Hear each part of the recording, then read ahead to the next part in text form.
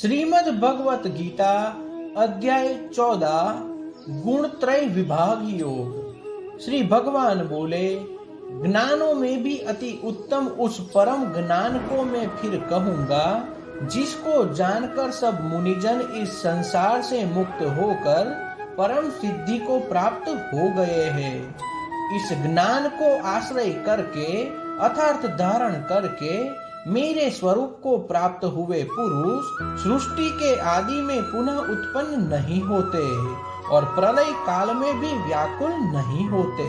हे अर्जुन, मेरी महत ब्रह्म रूप मूल प्रकृति संपूर्ण भूतों की योनि है अर्थात गर्भाधान का स्थान है और मैं उस योनि में चेतन समुदाय रूप को स्थापन करता हूँ। उस जड़ चेतन के संयोग से सब भूतों की उत्पत्ति होती है। हे अर्जुन, नाना प्रकार की सब योनियों में जितनी मूर्तियां अर्थात शरीरधारी प्राणी उत्पन्न होते हैं, प्रकृति तो उन सब की गर्भ धारण करने वाली माता है और मैं चीज का स्थापन करने वाला पिता हूँ। हे अर्जुन, सत्य गुण, रजोगुण और तमोगुण ये प्रकृति से उत्पन्न तीनों गुण अविनाशी जीवात्मा को शरीर में बांधते हैं। हे निष्पाप, उन तीनों गुणों में सत्य गुण को निर्मल होने के कारण प्रकाश करने वाला और विकार रहित है। वह सुख के संबंध में और ज्ञान के संबंध में अर्थात अभिमान से बांधता है। हे निष्पाप, उन तीनों गुणों में सत्व गुण तो निर्मल होने के कारण प्रकाश करने वाला और विकार रहित है। वह सुख के संबंध से और ज्ञान के संबंध से अर्थात अभिमान से बांधता है। हे अर्जुन, राग रूप रजोगुण को कामना और आसक्ति से उत्पन्न जान। वह इस जीवात्मा को कर्मों के और उनके फल के संबंध से बांधते हैं। सब देहाभिमानियों को मोहित करने वाला तमोगुण को तो अज्ञान से उत्पन्न जान। वह इस जीवात्मा को प्रमाद, आलस्य और निंद्रा के द्वारा बांधता है। हे अर्जुन, सत्य गुण सुख में लगाता है और रजोगुण कर्म में तथा तमोगुण तो ज्ञान को ढककर प्रमाद से लगाता है। हे अर्जुन, रजोगुण और तमोगुण को दबाकर सत्वगुण, सत्वगुण और तमोगुण को दबाकर रजोगुण, वैसे ही सत्वगुण और रजोगुण को दबाकर तमोगुण होता है अर्थात बढ़ता है। जिस समय इस देह में तथा अंतकरण और इंद्रियों में चेतनता और विवेक शक्ति उत्पन्न होती है, उसी समय ऐसा जानना चाहिए सत्वगुण बढ़ा है। हे अर्जुन, रजोगुण के बढ़ने पर लोभ, प्रवृत्ति, स्वार्थ बुद्धि से कर्मों का सकाम भाव से आरंभ, आसक्ति और विषय भोगों की लालसा ये सब उत्पन्न होते हैं। हे अर्जुन, तमोगुण के बढ़ने पर अंतकरण व इंद्रियों में अप्रकाश, कर्तव्य कर्मों में अप्रवृत्ति और प्रमाद अर्थात व्यर्थ चेष्टा और निंद्रादि, अंतकरण की मोहिनी वृत्तियां ये सभी उत्पन्न होते हैं। जब यह मनुष्य सत्य गुण की बुद्धि में मृत्यु को प्राप्त होता है, तब तो उत्तम कर्म करने वालों के निर्मल दिव्य स्वर्गादि लोकों को प्राप्त होता है। रजोगुण के बढ़ने पर मृत्यु को प्राप्त होकर कर्मों की आसक्ति वाले मनुष्यों में उत्पन्न होता है तथा तमोगुण के बढ़ने पर मरा हुआ मनुष्य, कीट, पशु आदि मूठ योनियों में उत्पन्न होता है। श्रेष्ठ कर्म का तो सात्विक अर्थात सुख, ज्ञान और वैराग्य आदि निर्मल फल कहा है।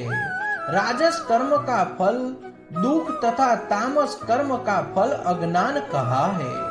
सत्य गुण से ज्ञान उत्पन्न होता है और रजोगुण से निसंदेह लोभ तथा तमोगुण से प्रमाद और मोह उत्पन्न होते हैं और अज्ञान भी होते हैं।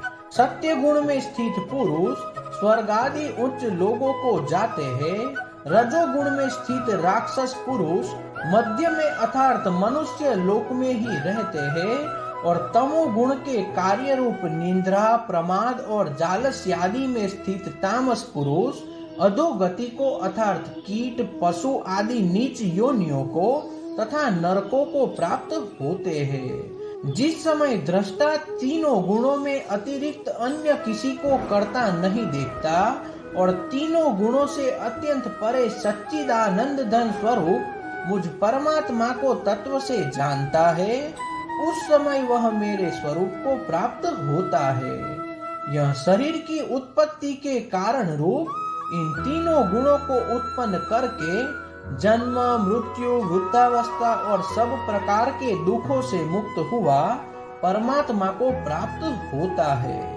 अर्जुन बोले, इन तीनों गुणों से अतीत पुरुष किन किन लक्षणों से युक्त होता है और किस प्रकार से आचरणों वाला होता है, तथा हे प्रभु, मनुष्य किस उपाय से इन तीनों गुणों से अतीत होता है। श्री भगवान बोले, हे अर्जुन, जो पुरुष सत्य गुण के कार्य रूप प्रकाश को और रजोगुण के कार्य रूप प्रवृत्ति को तथा तमो गुण के कार्य रूप मोह को भी न तो प्रवृत्त होने पर उनसे द्वेष करता है और न निवृत्त होने पर उनकी आकांक्षा करता है, जो साक्षी के सुदृढ़ स्थित हुआ गुणों के द्वारा विचलित नहीं किया जा सकता और गुणों ही गुणों में बरतते हैं, ऐसे समझता हुआ जो सच्चिदानंद धन परमात्मा में एक ही भाव से स्थित रहता है और उस स्थिति से कभी विचलित नहीं होता, जो निरंतर आत्म भाव से स्थित दुख सुखों को समान समझने वाला, मिट्टी, पत्थर और स्वर्ग में समान भाव वाला, ज्ञानी प्रिय तथा अप्रिय को एक सा मानने वाला और अपनी निंदा स्तुति में भी समान भाव वाला, जो मान और अपमान में सम है, मित्र और वैरी के पक्ष में भी सम है तथा संपूर्ण आरंभों में कर्तापन के अभिमान से रहित है, वह पुरुष गुणातीत कहा जाता है। और जो पुरुष अव्यभिचारी भक्ति योग के द्वारा मुझको निरंतर भजता है, वह भी इन तीनों गुणों को भली भांति लांघ कर सच्चिदानंद धन ब्रह्मा को प्राप्त होने के लिए योग्य बन जाता है, क्योंकि इस अविनाशी पर ब्रह्मा का और अमृत का तथा नित्य धर्म का और अखंड एक रस आनंद का आश्रय मैं हूँ। तो इस प्रकार उपनिषद, ब्रह्म विद्या तथा योग शास्त्र रूप श्रीमद् भगवत गीता के श्री कृष्ण अर्जुन संवाद में गुणत्रय विभाग योग नामक 14वां अध्याय समाप्त हुआ। श्री कृष्ण कन्हैया लाल की जय।